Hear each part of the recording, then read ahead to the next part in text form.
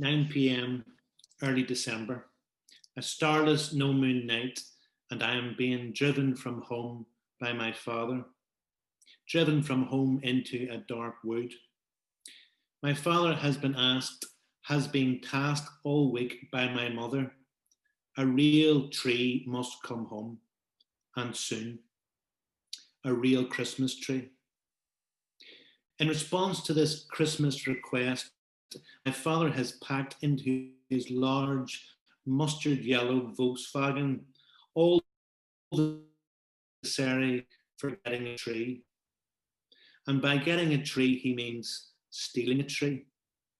But he doesn't call it stealing.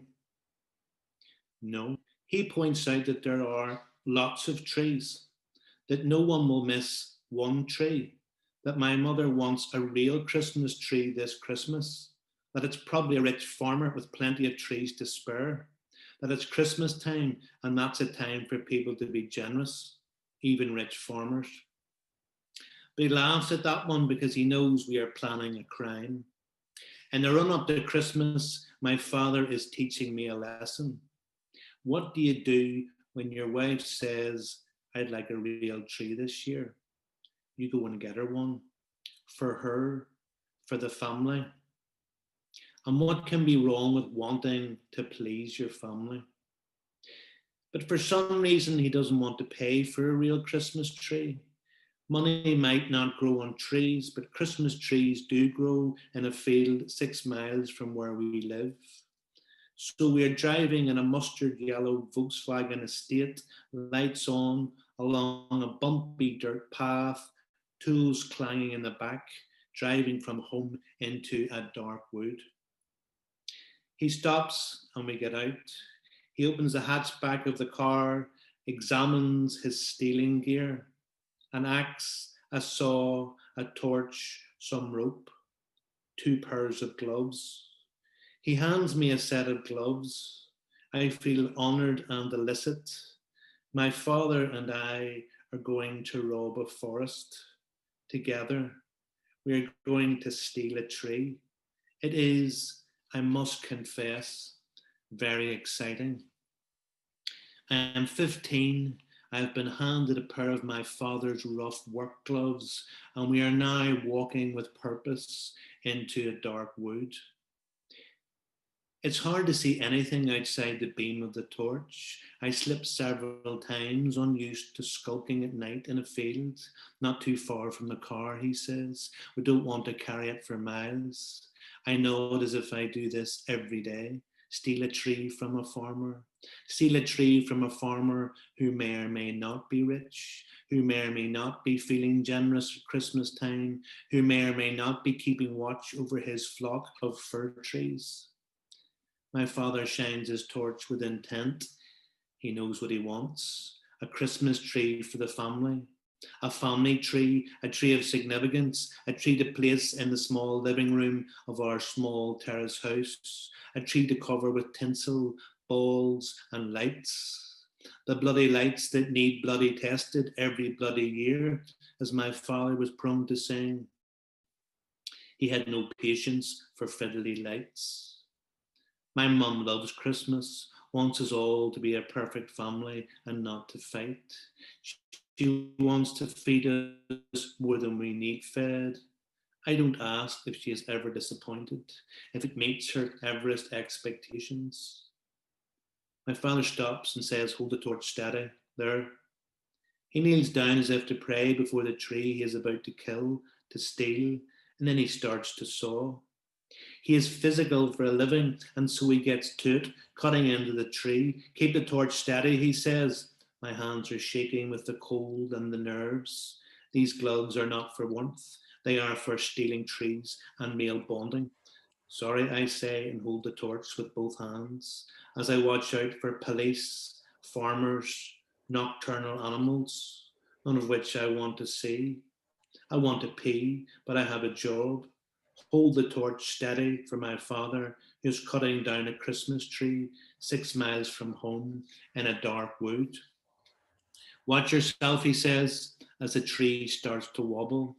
It's at least 10 feet high, long, big, whatever the term is. He gently, firmly holds the tree and guides it to the cold ground. What do you think? He says. Put the torch on her. The tree is now a she tree. It's quite a bonding moment, father and son gazing at a felled Christmas tree.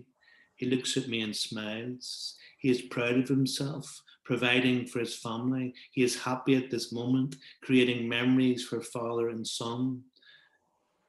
I smile back, then look at the tree. It's wrong. It feels exciting and great and scary, but something is wrong. I kneel down and touch the tree.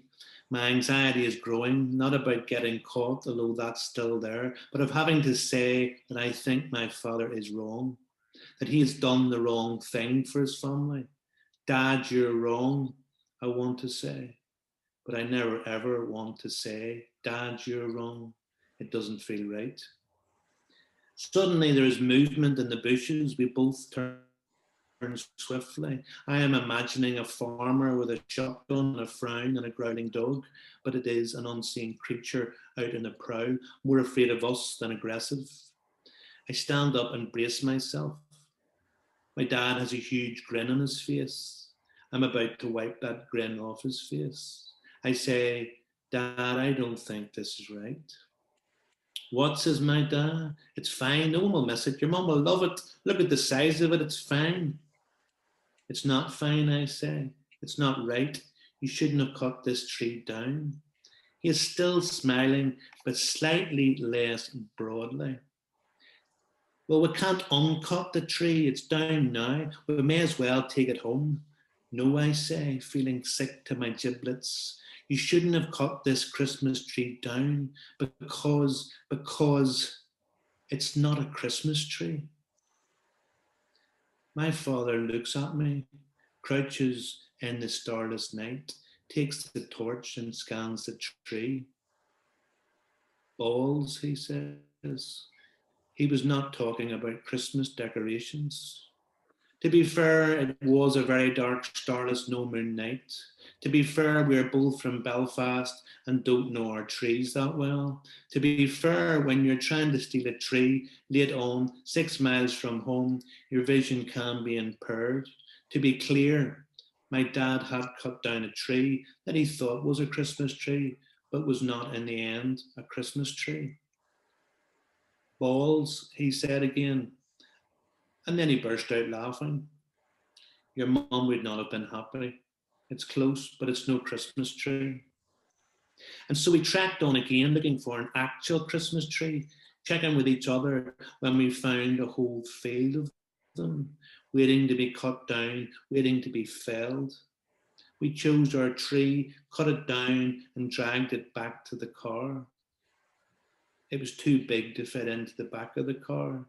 So we throw it onto the roof rack prepared earlier for such an eventuality and tie it down with rope.